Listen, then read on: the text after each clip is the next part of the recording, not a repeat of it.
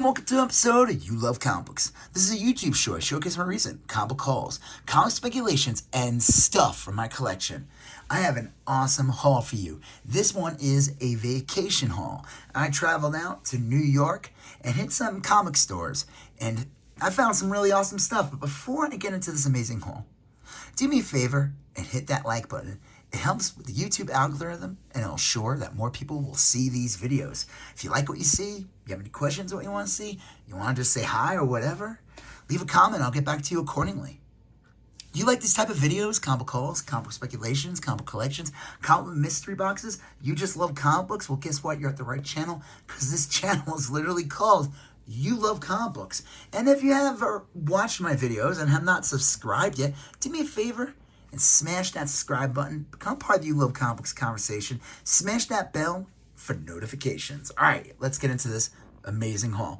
So I was able to hit up a couple stores out in Long Island, New York. I was there to see friends and family. It was a short trip. I was with my son. Of course, he's a huge vinyl record collector, so I had to make sure that we had time to go to those stores. He is the priority, of course. LOL. I don't know why I just said that, like I'm typing LOL.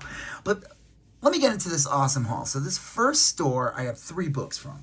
And we'll start with this one. Supergirl Rebirth #1. Besides this being an awesome Adam Hughes cover, it is also an Adam Hughes signature. And it's funny, if you watched my videos, he signed this book. If you watch my videos, I found another Adam Hughes signed cover. And the guy who owned the store, he said he got this book signed. Unfortunately, there was no certificate, but that is his signature, and it was only $2.99 or $3. I take that back, a penny more than the original cost. Still a great book. I didn't even know he did a Supergirl variant, Supergirl Rebirth, so that's pretty awesome. Pardon me with this camera. Marvel's Greatest Comics #37. The reason why I bought this, again, priced at $3. Really nice condition with this black cover. A little bit of spine tick, but everything still got this for a low price. Why did I pick this up? Because this reprints Fantastic Four issue 49, which is the first full appearance of Galactus and second appearance of Silver Surfer. Obviously, this is just a reprint, but I think these are really good books to get. They do have some value, especially with these bigger key issues, these type of reprint books. So, you know, it's a good book to get if you want to read it and you want to have like a classic print. It's from the early 70s. Unfortunately, issue 48, 49, 50 are very expensive for the average consumer. And also, you know, depending on what you want, I think these are a perfect alternative. And they're cool. I mean, I don't think the cover is as good as the original, but it is still kind of cool that they gave them different covers. And they probably did that to trick kids into buying a reprint book back then. This is awesome. This was only $2, and I was actually shocked it was only $2. These books are not easy to come by. Madballs #5 in a newsstand. Really, really nice condition. I never see the later issues of Madballs. I always see like 1 through 3, which is like the original miniseries, and I think they would continue from that. And the thing is that, like, anytime I see 1 through 3, they're usually not in the greatest condition. So I think this goes on to like 10 or maybe issue 12, and they are not easy to come by. So I was shocked. One, it's a newsstand. That's really cool. This is an awesome cover with all the Madballs. I love the black background. Again, really nice condition with this, and just the graphics, the colors of all the Madballs kind of popping off of the cover. Really happy to get this. Not a comic, but since I was at a bunch of record stores, I saw this and I had no choice but to buy it. Howard the Duck, Dolby Cube featuring Cherry Bomb. Howard the Duck title song from the motion picture Howard the Duck. This is a 7-inch single, and it's obviously from the corny Howard the Duck movie from the 80s. And here's, what's her name? Is it Leah Thompson? I don't know. I'm screwing up her name. She's the mom from Back to the Future. And they put her in weird situations with Marty. And she's also in a weird situation in this movie because she falls in love with Howard the Duck. She doesn't just fall, she wants to get it on with Howard the Duck. It's really weird when as a kid, I watched the movie. I was like, oh, okay. I didn't think much about it. But now I watch it, I'm just like, strange. Hey, love is love. Happy to get this 7-inch now. It's kind of cool. The songs on this are performed by the band from the movie. So that's pretty cool. All right. Now, this is from this wasn't exactly a comic store. It's kind of like almost similar to like a Second of Charles, a half-price books. It was called like Books R Us or something. I don't know. And they had lots of books. They had lots of anime, manga. They had those cool like imported like spinning machine, the machines that you get like the toy out of from like Bandai. They had tons of toys, and they also had a lot of comics, and all their comics were priced at $1. And I went through every box, and there was a couple I was good. Some of them were like not in the greatest condition, so I didn't think it was worth picking up. Even at just $1, it was like whatever. But I did find some cool stuff. I got 10 books, and let me go through them real quick. So right out the gate, G.I. Joe number 49 and number 65. Anytime I see G.I. Joes in really nice condition, the bags, I need to replace the bags on these. I'll pick them up, especially if they're really nice condition and they're $1. So happy to grab those. Then found this is pretty cool. Punisher number 13, great condition. This book is kind of a controversial issue. This was the one where Punisher deals with the cops using his skull logo, and it's kind of based on some true events. So that's a cool book. And then let's see what else we got here. This is pretty cool. I had no choice but to buy these. Justice League America 97 from 1995. 95, and Justice League 112 from 1996. And the reason why I bought these, DC Universe logos. And another DC Universe logo. I looked it up. These are not like go for a crazy price. They're like $5, $6 books. But again, what I usually do is I'm going to sell these specific books. And I have like a good collection going, and I'll probably sell them as a lot. Now, there are some DC Universe logo books that go for lots of money. And those don't get sold as lots if I ever find them. So happy to grab that, though. This is pretty cool. Punisher number 227, which was also a TV show. Clayton Crane covers.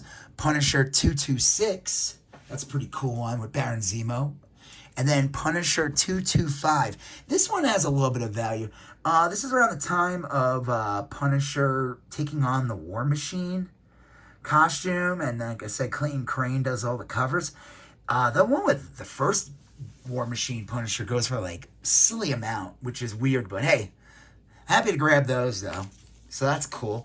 And then this one's kind of fun. I mean, it's not funny, but Ironheart number 9. So what's kind of funny about this book was a couple years ago, especially leading up to Wakanda Forever, this book was going for like $100 because Riri Williams was going to be in Wakanda Forever, and it had to do with, I forgot the name of the women, the guards in Wakanda. And this is just like this issue is her going there, and I guess because she teams up with the Wakanda people and Wakanda Forever. So this book like blew up. I looked it up though. This book still has some value. It's still like a $20 to $30 book. Are people buying it now? I don't know. But for $1 in decent condition, I'll pick it up. Why not? And I don't believe this will never get $100 again. I seriously doubt it. But who knows? This is pretty cool. Batman 608. First part of the Hush series. This book has some value too. I mean, they made a ton of these. They announced a Hush 2 with Jim Lee and Jeff Loeb. I don't think it's going to be 12 issues though. I think it's only 6. And but happy to grab this. And what's crazy that I look at this? I forget that Hush came out in 2002. I didn't realize it was that early in the 2000s. For some reason, I always thought it was like 2008. But that's crazy when you think about it. And it also shows you how long Jim Lee's been active with DC Comics, and like this book is 23 years old. It's pretty nuts when you think about it. This was it a good storyline? It was okay. It was all about that Jim Lee art. Jim Lee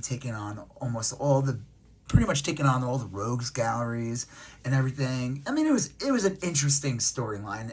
It was engaging, and I enjoyed reading it. But happy to grab. Finding this in the dollar bin, that's really good. Again, this book goes for like 10 to 20, even more. So that's an awesome find. All right, and then the rest of the books are from this one comic store I went to. And I went to this store like 2 years ago. We went to New York like 2 years ago, and I found this comic store, and I found some good stuff there. But this time, I got better deals, and I found some amazing books. And I'll tell you what I paid for everything in. So, right out the gate, Image United #1. This is the Will Portacio cover. This is probably the least valuable of all the issue #1s from Image United. Image United was a series that never got completed. It had all the founding members getting back together to basically, this is cover E, to do a team up storyline with with the original Image characters, and they had this cool setup with like a Mega Spawn, or I think that's the name, and it just never got finished, which kind of was a shame. Now the Jim Lee #1, I had that book. And I sold it. That's like $150 book with the Omega Spawn. I never realized it when I bought it. So I was happy to discover that. And I was like, you know what? I think I can live without it. And this one, like I said, I'll tell you what I paid for everything in the end. Happy to grab that one. Doctor Strange #44. This is a key issue. This is, like, I think you find out about, what is it, Sirotech? Whatever the jewel that gives Juggernaut his strength. But this is considered a key. Happy to grab that. This is kind of cool. Anytime I see later issues of Sonic the Hedgehog for a really good price from the Archie series, this is issue 172, I will pick it up.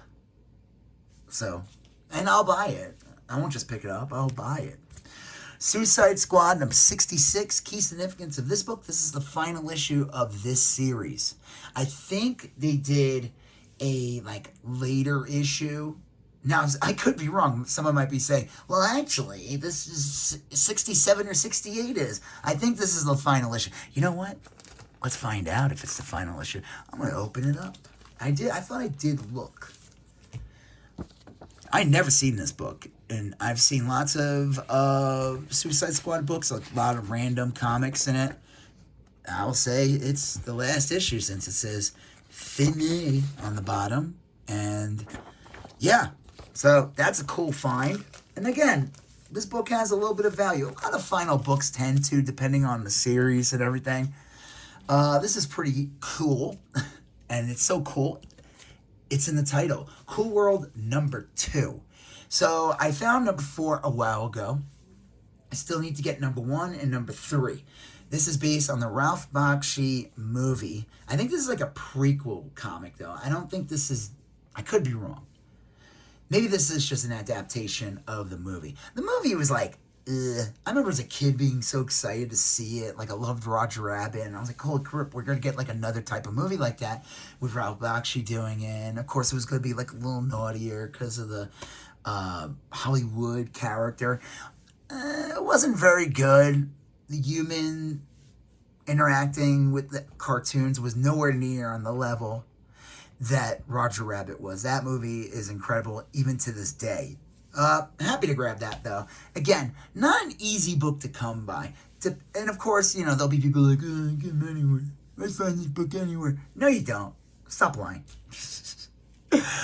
Labyrinth #3 with the David Bowie on the cover. David Bowie twice. More cartoony and painterly.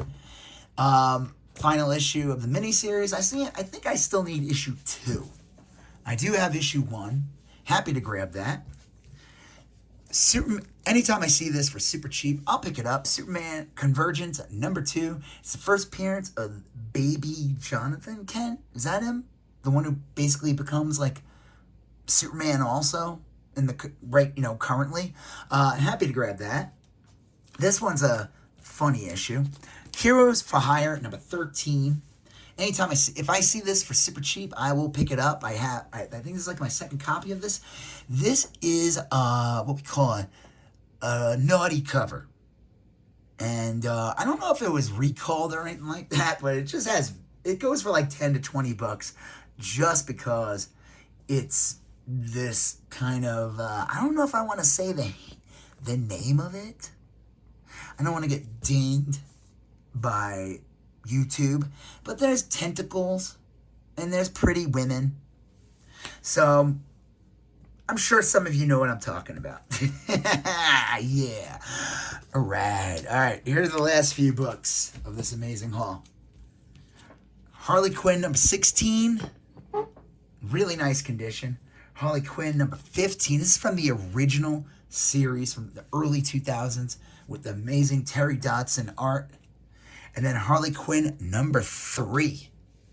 So, these books, first of all, again, I'll just say it right out. I never see. It is very hard to come by this series in back issue bins.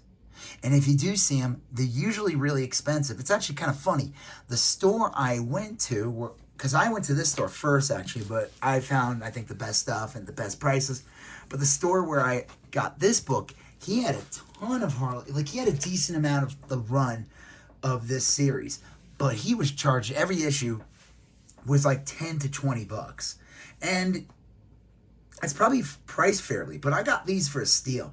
And I was shocked. This guy, you know, he was cool, but I was shocked that he, I don't know, didn't try to get more for these. But hey, I ain't complaining. Like I said, I never see Harley Quinn series from the early 2000s.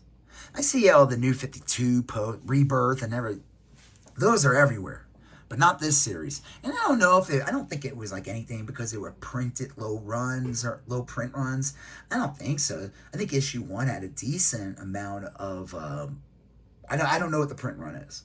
But I would imagine it would have been a decent release. Like, Harley was kind of a big deal out the gates when they finally brought her into the DC Universe. They did that in No Man's Land, I think it was, that storyline with Batman. But her popularity kind of waned after a while. This series, I think, ends in the late 30s or something like that, and those books can be pretty pricey. Happy to grab those, though. And then this is pretty cool. These are in okay condition, but for the price I paid, happy to grab. Dr. Doom and the Submariner supervillain team up number 9. Key significance of this issue, this is technically the first Dr. Doom versus Iron Man comic. Now, I don't know if they mean like it's a solo battle or something. I figured he fought him before this. I mean, this comic's from like, what, 77? I mean, usually, or 76, the earliest. But this book was picked up a bit, obviously after the whole Robert Downey Jr. being casted as Dr. Doom. But hey, that's pretty cool. And then this book was a big deal for a while. Happy to grab this one. Again, decent condition, but for the price I paid, I'm happy with it. This is Dr. Doom Supreme. This is issue 14. I think the key significance of this book, it has to do with Magneto. As you can see, he's right there. And I think it's obviously Magneto versus like Dr. Doom. I think the Red Skull's in this comic. I didn't really look at it. I know I'm missing what the key significance of this book was, but this book was going for like 40 to 50 bucks. Still has some value. Happy to grab that. All right, last 2 issues. I don't know which one to show first. I'll show this one.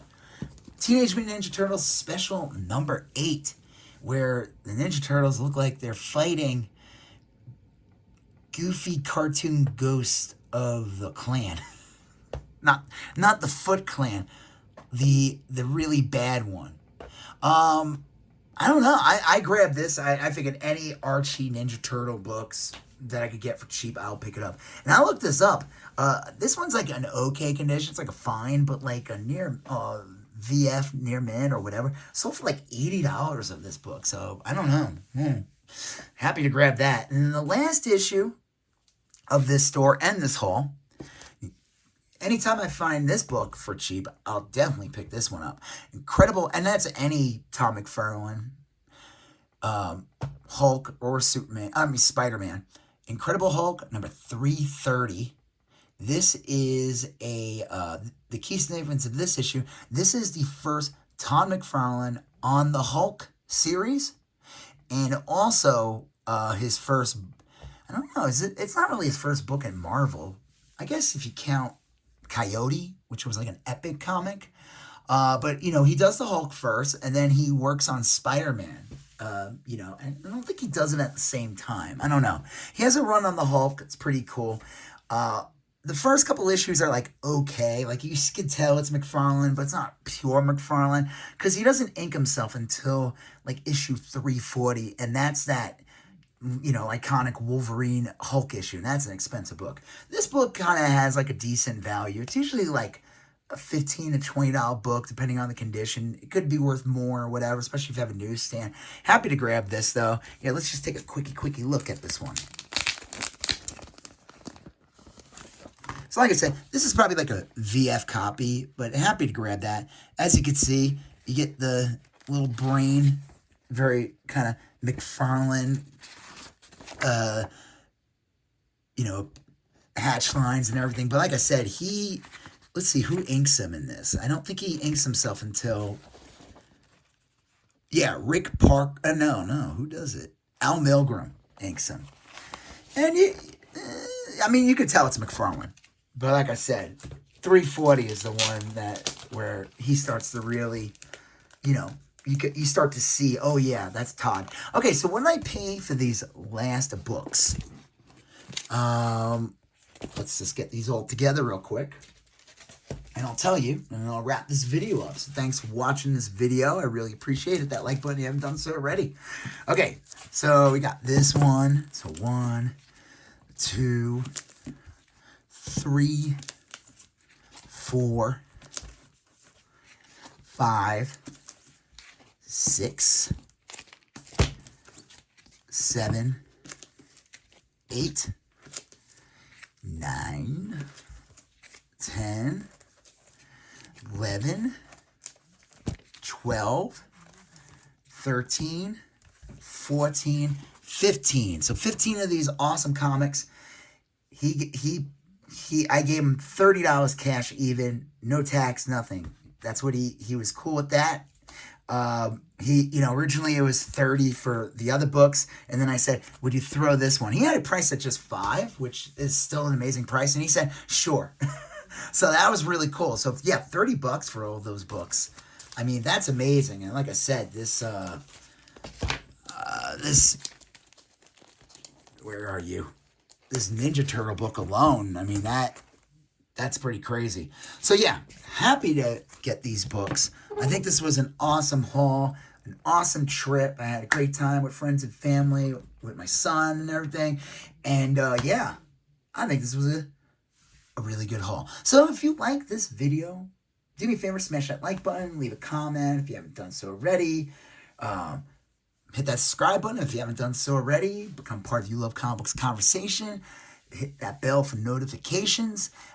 Check out the links in my eBay check out the links in all my videos, the captions on YouTube. There's a link for my eBay where I sell comics, trades, toys, video games, and more. And check out the link to my Instagram where I post stuff from the haul and all that jazz. All right, you got to see a previous video here. You got to see a previous video there. You got to smash the subscribe button. I'll talk to you guys later. Have a good one. Bye-bye.